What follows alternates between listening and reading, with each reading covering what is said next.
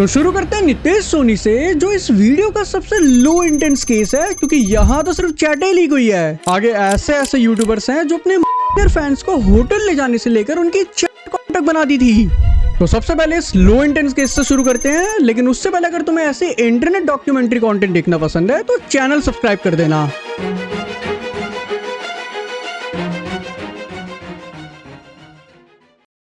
नितेश सोनी जो काफी famous fitness influencer है with having a total 11 million followers, and लोग इनकी बहुत रिस्पेक्ट करते थे, क्योंकि जहां दूसरे इन्फ्लुएंसर बॉडी बनाने के लिए सप्लीमेंट्स प्रमोट कर रहे थे, वहीं नितेश देसी चीजों को प्रमोट किया करते थे। इसलिए लोगों की नजर में ये एक रियल इन्फ्लुएंसर थे। 3 अप्रैल 2025 को लफड़ा मीमर, जो कि एक मीम पेज है, वो नितेश सोनी के कुछ एलिजिड चैट शेयर करता है, जहां से कहानी कुछ और निकलती है। सॉरी, ये हमारे नितेश सोनी भाई, मैं इनकी बहुत रिस्पेक्ट करता था, मे बी बट इस पोस्ट के बाद ना। जिसके अकॉर्डिंग नितेश सोनी को अपने क्लाइंट को डाइट प्लान शेयर करनी थी, तो वो उन्होंने करी और उसी बहाने से उनकी बातें होना शुरू हो गई। एंड फिर नितेश ने इस लड़की से इसका स्नैप मांगा और फिर वहां इनकी बातें होनी शुरू हुई, एंड वो बातें धीरे धीरे स्टिंग में कन्वर्ट हो गई।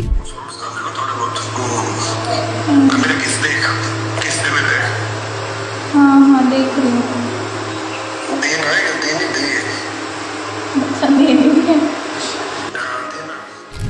एंड इसके बाद एक और इन्फ्लुएंसर अभिषेक कौशिक ने भी नितेश सोनी की कुछ और एलिजिड चैट शेयर करे, जहां से पता चला कि नितेश ने सिर्फ एक लड़की को ऐसे डीएम नहीं करे थे, मल्टीपल लड़कियों के साथ ऐसे बात करी थी। एंड अभिषेक ने नितेश की उन चैट्स की रिकॉर्डिंग भी दिखाई।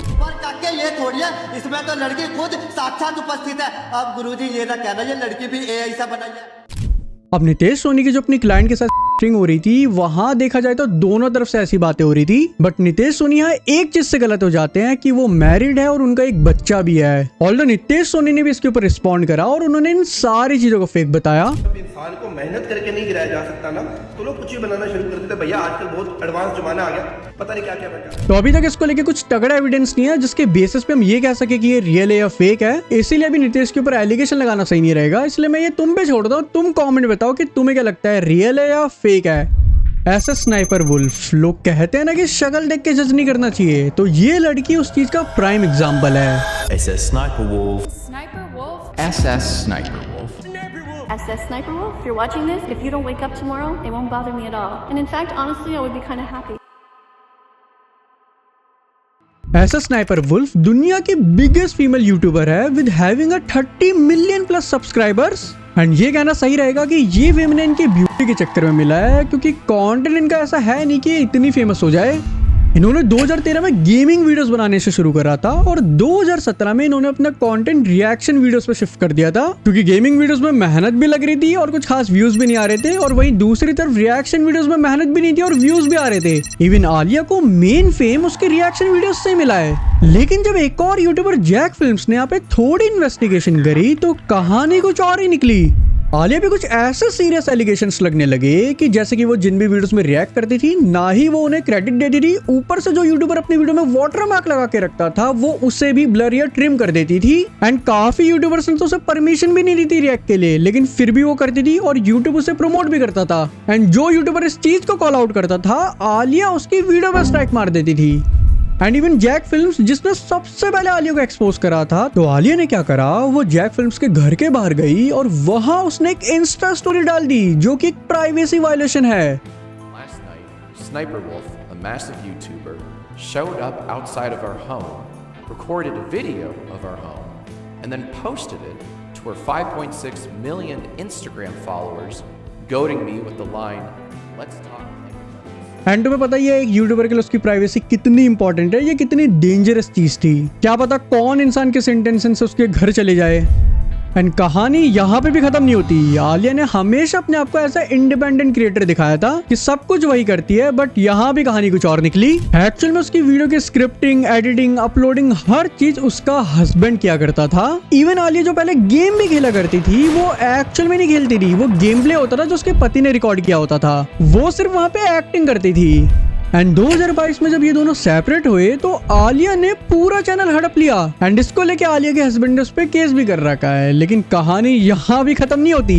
इस इंसिडेंट के बाद आलिया की 2014 की एक वीडियो बहुत तेजी से वायरल होने लगी, जहां वो ओमेगल में 2 यंग लड़के जिन्हें बताया गया है उनसे इनएप्रोप्रिएट वे में बात करती है, लाइक उन्हें ट्वर्क करने के लिए बोलना या और भी चीजें वो वहां पे करती है। Come on. Yeah.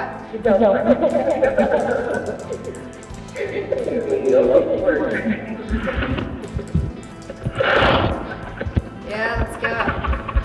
Come on. No, come on, let's do it. Yeah.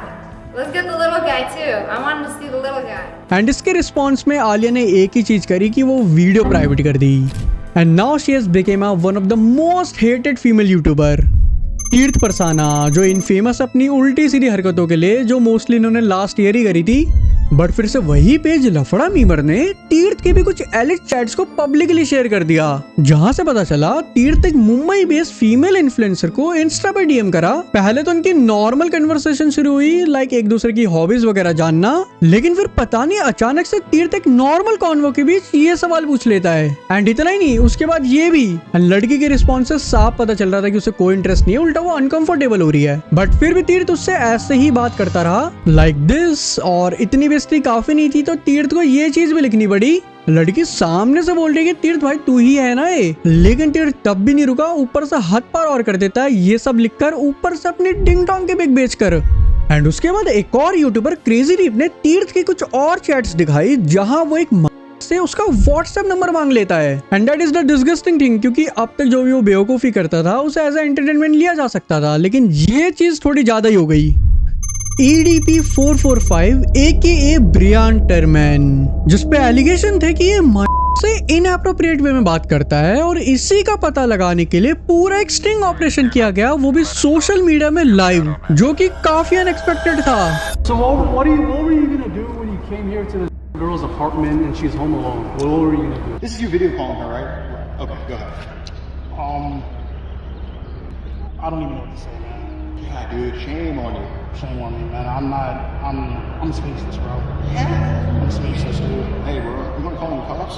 Please don't, man. Why not? How about you call the cops? You call the cops. You want help? Call the cops. There's somebody here. You're here to meet a 8-year-old. You solicited photos. There's somebody here. Are you really?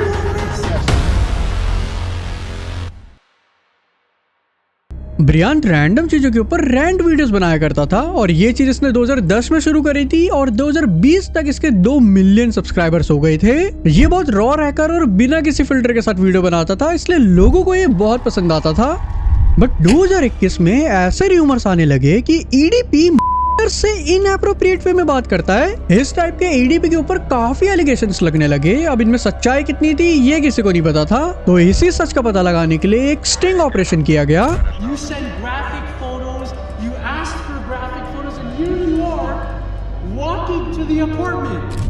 Predator poachers, जो एक vigilante group है और इनका काम ही files के ऊपर sting operation करके उनको पकड़ना है, तो इन ग्रुप ने EDP का सच पता लगाने के लिए एक का फेक इंस्टाग्राम अकाउंट बनाया, जिसका नाम उन्होंने सोफी रखा, और उस अकाउंट से उन्होंने EDP से बात करनी शुरू करी। वो एविडेंस इकट्ठा करने के लिए EDP से लगातार बातें कर रहे थे। एंड फिर टाइम आया EDP को रंगे हाथ पकड़ने का, तो उन्होंने EDP को लाइव मिलने के लिए बुलाया, और EDP उस फेक की लड़की से मिलने भी चले जाता है। Explain to the cops what you're doing here, why you came out, and what you did.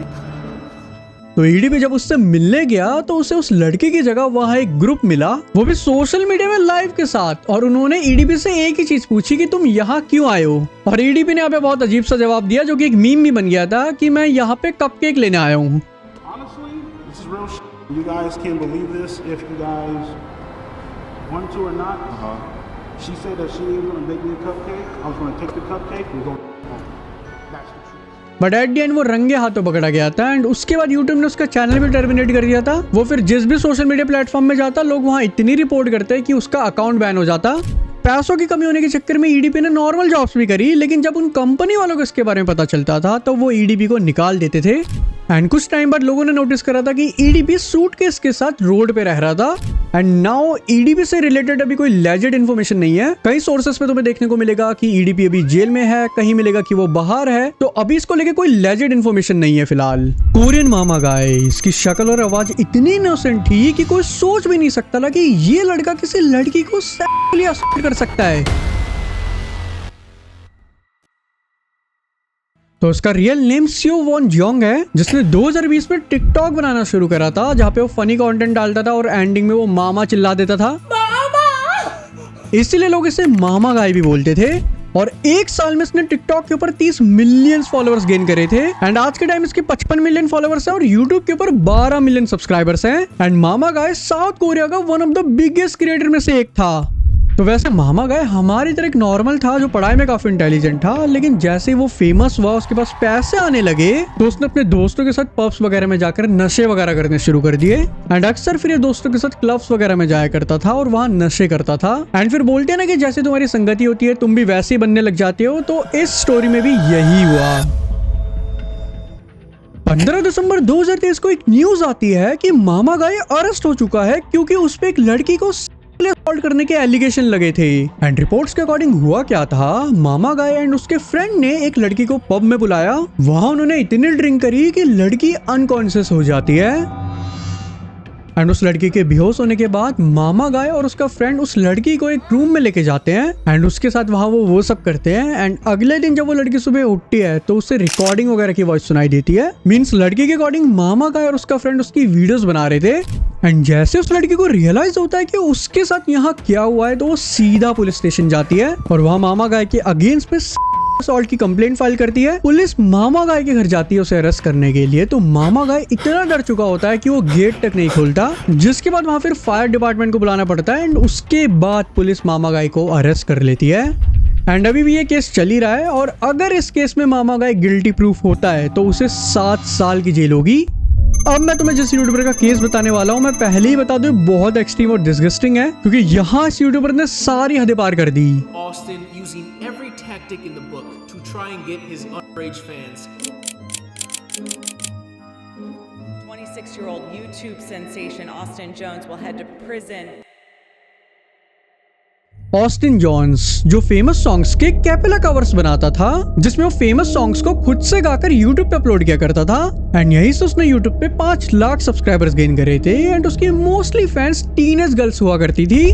But 10th में 2015 को पफ फ्रेश एक आर्टिकल पब्लिश करता है जहां उसने ऑस्टिन पे ये एलिगेशन लगाई कि वो अपने यंग फैंस के साथ इनएप्रोप्रिएट वे में बात करता था। लाइक एक बार उसने अपने यंग फैंस से करने की वीडियोस मांगी। ऑस्टिन ने उसे स्टेप बाय स्टेप इंस्ट्रक्शन भी दिए करने की।